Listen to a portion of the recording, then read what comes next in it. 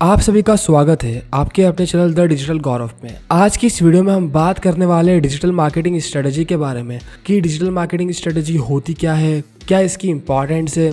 इन सभी चीज़ों के बारे में हम आज की इस वीडियो में डिस्कस करेंगे। एंड ये हम एक नई सीरीज स्टार्ट कर रहे हैं हमारे चैनल के ऊपर, जहाँ पे हम आपको डिफरेंट बिजनेसेस के लिए डिजिटल मार्केटिंग स्ट्रेटजी प्रोवाइड करेंगे। फॉर एग्जांपल, आप कोचिंग इंस्टीट्यूट चलाते हो तो आपको क्या स्ट्रेटजी अप्लाई करनी चाहिए डिजिटल मार्केटिंग के लिए। अगर आपका ई कॉमर्स का बिजनेस है तो आपके लिए क्या बेस्ट स्ट्रेटजी है। अगर आपका ऑफलाइन बिजनेस है तो आप क्या स्ट्रेटजी अप्लाई कर सकते हो अपने बिजनेस को ग्रो करने के लिए। ये एक डेडिकेटेड सीरीज हम स्टार्ट कर रहे हैं जहाँ पे आपको बहुत कुछ नया सीखने को मिलेगा, आपको मजा भी आएगा और आपको इन डेप्थ नॉलेज मिलने वाला है कि डिजिटल मार्केटिंग एक्चुअली में होती क्या है।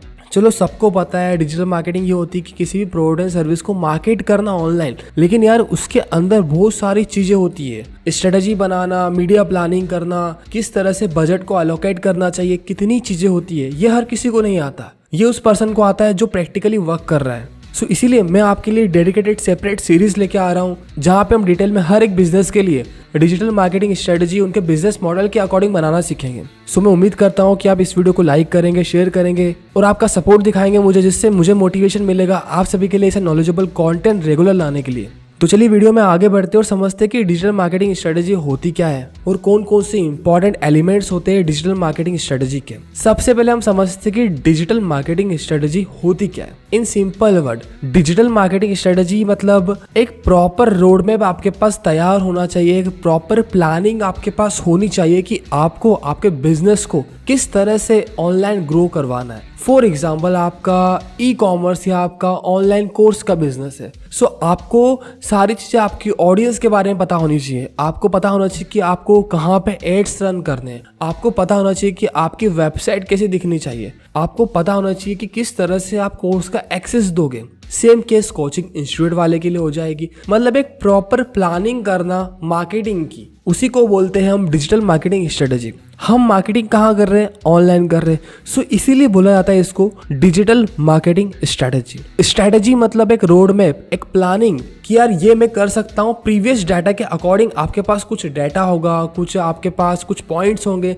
जिनको आप एक्यूमुलेट करके एक फ्यूचर के लिए एक प्लान डिजाइन करते हो, जिसमें आपको पता है ऑलरेडी कि कब क्या क्या क्या करना है। इसी पूरी प्रोसेस को बोला जाता है डिजिटल मार्केटिंग स्ट्रेटजी। अब हम इंपॉर्टेंट एलिमेंट समझते हैं कि डिजिटल मार्केटिंग स्ट्रेटजी के क्या इंपॉर्टेंट एलिमेंट्स हैं। सबसे पहला, ऑप्टिमम यूटिलाइजेशन ऑफ बजट। जब भी हम मार्केटिंग स्ट्रेटजी बनाते हैं, ऑनलाइन मार्केटिंग स्ट्रेटजी बोल सकते हैं, डिजिटल मार्केटिंग स्ट्रेटजी बोल सकते हैं, जो आपको अच्छा लगता है आप उसे बोल सकते हैं। अब जब भी हम मार्केटिंग स्ट्रेटजी या बोल सकते हैं डिजिटल मार्केटिंग स्ट्रेटजी बनाते हैं, सो यहाँ पे हमारे पास कुछ बजट होता है। सो उस पर्टिकुलर बजट को किस तरह से प्रॉपर यूटिलाइज करना है, मतलब उसका ऑप्टिमम यूटिलाइजेशन कैसे करना है, ये सबसे पहला इंपॉर्टेंट एलिमेंट है। मतलब यहाँ पे इसको आसान भाषा में समझे, सो मिनिमम इनपुट लगा के आप कैसे मैक्सिमम आउटपुट ले सकते हो। जस्ट इन केस आपके पास 1000 का बजट है, अब उस 1000 से आप कितना अच्छा बिजनेस ला सकते हो आपके क्लाइंट के लिए या आपके खुद के लिए, इसी को बोलते हैं ऑप्टिमम यूटिलाइजेशन ऑफ बजट। और बोल सकते हैं रिसोर्सेस। यहाँ पे रिसोर्सेस आपके पास क्या है?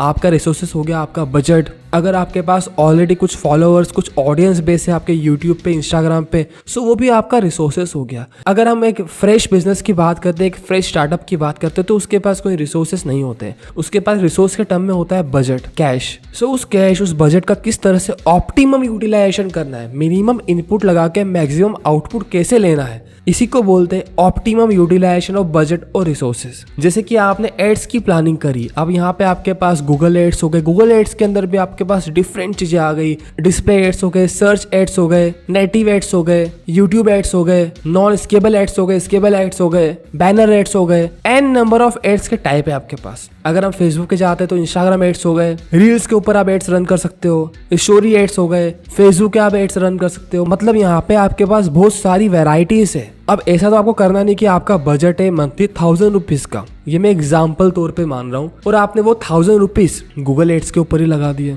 आपने फेसबुक एड्स के ऊपर ही लगा दिए। मतलब आपके पास एक प्रॉपर प्लानिंग होनी चाहिए कितना बजट कहाँ पे लगाना है। फॉर एग्जाम्पल, आपने 1000 में से 200 रुपीज ब्रांड अवेयरनेस के लिए लगाए, उसके बाद आपने 400 रुपीज लीड जनरेशन के लिए लगाए, फिर जो रिमेनिंग बजट था आपका उसको आपने रीमार्केटिंग के लिए लगा दिया। सो इस अकॉर्डिंग आपको बजट को स्प्लिट करना आना चाहिए। आपको पता होना चाहिए कितना बजट कहाँ पे लगना चाहिए। इसी को बोला जाता है ऑप्टिमम यूटिलाइजेशन ऑफ बजट। अब ऐसा तो होगा नहीं कि सुबह उठे चलो यार आज मन कर रहा है कि यार फेसबुक के एड्स रन कर देते, सो 1000 रुपए डाले अकाउंट के अंदर और एड रन करने लग गए। सो ऐसा नहीं होता है यहाँ पे यार। यहाँ पे आपके पास पूरी प्लानिंग पहले से होनी चाहिए। आपकी वेबसाइट, आपकी फनल, आपके ऑटोमेशंस, आपका सपोर्ट सिस्टम, सारी चीजें आपके पास रेडी होगी तभी तो आप मार्केटिंग करोगे, तभी तो आप एड्स रन करोगे। इन सभी चीजों को पूरी जो प्लानिंग से स्ट्रक्चर करता है उसको बोलते हैं डिजिटल मार्केटिंग स्ट्रेटेजाइजर।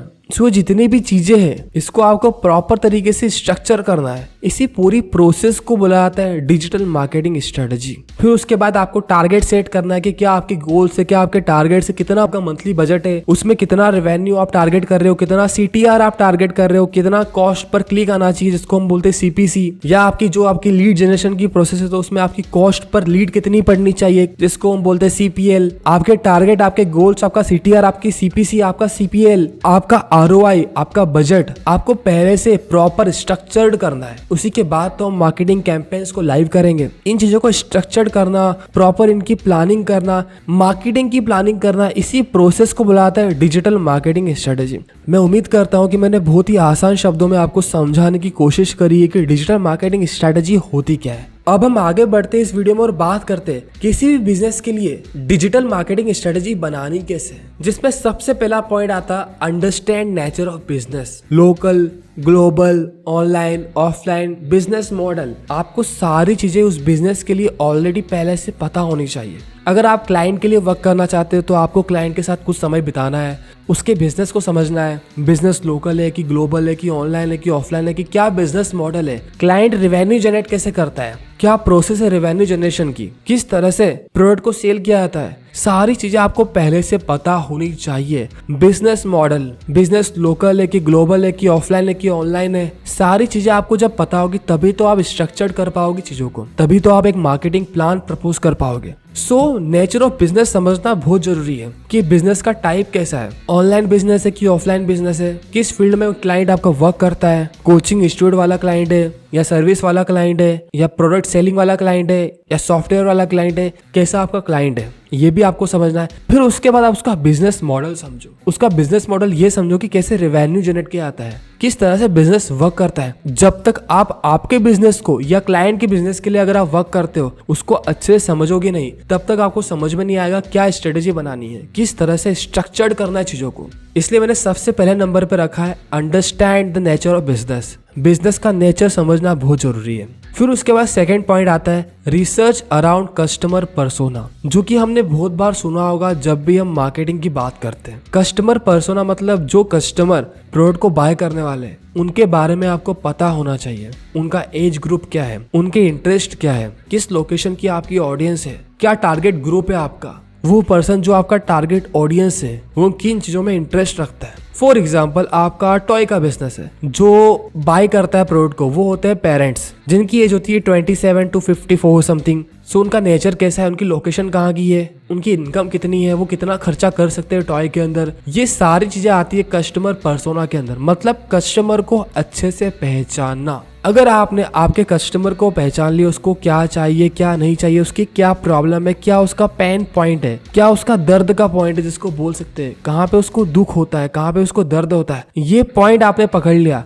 सो आप मार्केटिंग स्ट्रेटेजी बना सकते हो। आप आपका लैंडिंग पेज को उस तरह से डिजाइन कर सकते हो, आप सेल्स कॉपी इतनी अच्छी बना सकते हो कि वहां पे आपका जो सेल्स पेज है वो ऑटोमेटिकली आपके लिए बिजनेस लेके आएगा। सो यहाँ पे कस्टमर को समझना ये बहुत ज्यादा इंपॉर्टेंट है। फिर हम बात करते हैं थर्ड पॉइंट की, एनालाइज करना कस्टमर्स को, सर्चेस क्या क्या हो रहे हैं इसको एनालाइज करना, कॉम्पिटिटर जो एड्स रन कर रहे, जो मार्केटिंग कैंपेन रन कर रहे उनको एनालाइज करना इंटरनेट के ऊपर। फॉर एग्जाम्पल आपके कुछ कॉम्पिटिटर है, अब ऐसा तो होगा नहीं जिस बिजनेस में आप हो वहाँ पे कोई कॉम्पिटिशन ही नहीं है, कुछ तो कॉम्पिटिशन होगा। अब वो जो कॉम्पिटिटर्स है आपके वो किस तरह के एड्स रन कर रहे हैं, उनकी सेल्स कॉपी कैसी है, उनका बिजनेस मॉडल कैसा है, वो कैसे प्रोडक्ट को डिलीवर करते हैं, कैसा उनका लैंडिंग पेज है, क्या शब्द उन्होंने यूज करे लैंडिंग पेज के ऊपर, कैसा उनका एड दिखता है, क्या उनका वीडियो एड है, क्या उनका इमेज वाला एड है, कैसी उनकी एड की कॉपी है, उन्होंने कॉपी राइटिंग कैसी करी है, कैसी उनकी वेबसाइट दिखने में है, ये सारी चीजें आपको देखनी है, उसको एनालाइज करना है। सर्चेस के ऊपर क्या हो रहा है, मान लो आपका कोई प्रोडक्ट है, वहां पे सर्च आप गूगल पे करो, उसके कुछ मेन कीवर्ड्स निकाल लो, फिर उनको सर्च करो गूगल के ऊपर। सो कौन कौन सी वेबसाइट्स आ रही है, कौन कौन सी टॉप वेबसाइट्स आ रही है, आप कहाँ पे रैंक करते हो उस सर्च के अंदर, उस पर्टिकुलर सर्च टर्म में आप कहाँ पे रैंक कर रहे हो, आपके कीवर्ड पे कौन कौन एड रन कर रहे हैं। ये सारी चीजें एनालाइज करना बहुत ज्यादा इंपॉर्टेंट है। इसी के बाद हम एक प्रॉपर प्लानिंग बना सकते हैं। आपको एनालाइज करना है कि गूगल के ऊपर क्या क्या सर्चेस हो रहे हैं आपके बिजनेस के रिगार्डिंग। फिर आपको डिसाइड करना है कि आपको मार्केटिंग के लिए गूगल के ऊपर जाना है कि फेसबुक के ऊपर जाना है, या आपको दोनों के ऊपर पैरेलली जाना है। ये सब चीजें आपको पहले से पता होनी चाहिए। इन चीजों को अरेंज करना, इन चीजों को स्ट्रक्चर करना ही बोलते हैं डिजिटल मार्केटिंग स्ट्रेटेजी बनाना। लेकिन आपको पता है इन्फॉर्मेशन सर्च बहुत ज्यादा हो रहे हैं। सो आपको क्रिएट करनी है वेबसाइट, फिर आपको ब्लॉगिंग की तरफ जाना है। ब्लॉगिंग से आप ट्रैफिक को रीडायरेक्ट करोगे आपकी वेबसाइट के ऊपर। आपकी वेबसाइट का आपको एसीओ का ध्यान रखना है, आपकी वेबसाइट को आपको रैंक करवाना है। ये सारी चीजें कब समझ में आएगी, जब आप देखोगे क्या चल रहा है, क्या मेरे बिजनेस के अराउंड चल रहा है। ये सब चीजों को बोलते हैं मार्केटिंग स्ट्रेटेजी बनाना। फिर लोअर सेल्स फनल के अंदर क्या क्या चीजें कर सकते हो आप, लैंडिंग पेज क्रिएट कर सकते हो, कैप्चर्ड लीड कैसे करनी है आपको। अगर इन्फॉर्मेशन सर्च बहुत ज्यादा हो रही है, सो आपको क्रिएट करनी वेबसाइट, आपको ब्लॉग्स लिखने, आपको वेबसाइट का एसईओ अच्छा करवाना है, या आपको खुद को एसईओ आता है तो आप एसईओ करिए वेबसाइट का अपनी। अगर आप क्लाइंट के साथ वर्क करें तो उस क्लाइंट का एसईओ करिए, उसकी वेबसाइट बनाइए। वेबसाइट इस तरह से बनाइए कि वेबसाइट में ब्लॉग का सेक्शन ऑलरेडी है कि नहीं है। अगर ब्लॉग का सेक्शन नहीं है तो उसको डेवलपर से, या अगर आपके वेबसाइट किसी और प्लेटफॉर्म पे तो वहां से इंटीग्रेट करवाइए। इन शॉर्ट आपको चीजों को एनालाइज करके उसके अंदर चेंजेस करने हैं। फिर बात करते हैं सेल्स फनल की। यहाँ पे सेल्स फनल के अंदर आपके पास लैंडिंग पेजेस हो गए, कैसे आप लीड को कैप्चर करोगे, कैसे आप लीड को नर्चर करोगे, इसकी आपके पास प्लानिंग होनी चाहिए। फिर आपको सोशल मीडिया चूज करना है कि किस किस सोशल मीडिया पे पैरेलली आपको आपकी प्रेजेंस को बढ़ाना है आपके बिजनेस के नेचर के अकॉर्डिंग। सो ये कुछ चीजों का आपको ध्यान रखना है। ये जो मैंने चीजें आपको बताई ना, अगर इन पे आपने वर्क कर लिया आपकी मार्केटिंग स्ट्रेटेजी बनाने के लिए, सो आपको कोई भी नहीं रोक सकता एक परफेक्ट डिजिटल मार्केटिंग स्ट्रेटेजी बना के अपने बिजनेस को ग्रो करने से। यही कुछ बेसिक चीजें हैं जो आपके पास होनी चाहिए। और ये मैंने एक बेसिक आपको एक वीडियो बना के दी है जहाँ पे हमने बहुत ही बेसिक लैंग्वेज में समझाया कि मार्केटिंग स्ट्रेटेजी, या बोल सकते हैं डिजिटल मार्केटिंग स्ट्रेटेजी बनानी कैसे है। हम नेक्स्ट वीडियो बहुत जल्दी लेके आएंगे। इस वीडियो का एक छोटा सा टारगेट मैं ले रहा हूँ, 500 लाइक जैसे इस वीडियो के ऊपर क्रॉस हो जाएंगे, सो मैं एक नेक्स्ट वीडियो जहाँ पे मैं detail planning, detail road map बना के दूंगा आपको मार्केटिंग स्ट्रेटेजी का, डिजिटल मार्केटिंग स्ट्रेटेजी का, कैसे वेबसाइट को डिजाइन करना है, कहाँ पर डिजाइन करना है, क्या क्या चीजों का ध्यान रखना है, कैसे मार्केटिंग स्ट्रेटेजी बनानी है, क्या बजट होना चाहिए इनिशियल लेवल पे, कैसे ट्रैकिंग करनी है, सारी चीजें मैं A to Z आपको बना के दूंगा। बस छोटा सा टारगेट है 500 लाइक्स का, और मुझे उम्मीद है कि आप इसे कंप्लीट कर दोगे। सो ये थी आज की वीडियो। मैं उम्मीद करता हूँ कि वीडियो आपको अच्छी लगी होगी। अब हम मिलते हैं नेक्स्ट वीडियो में। Thank you so much.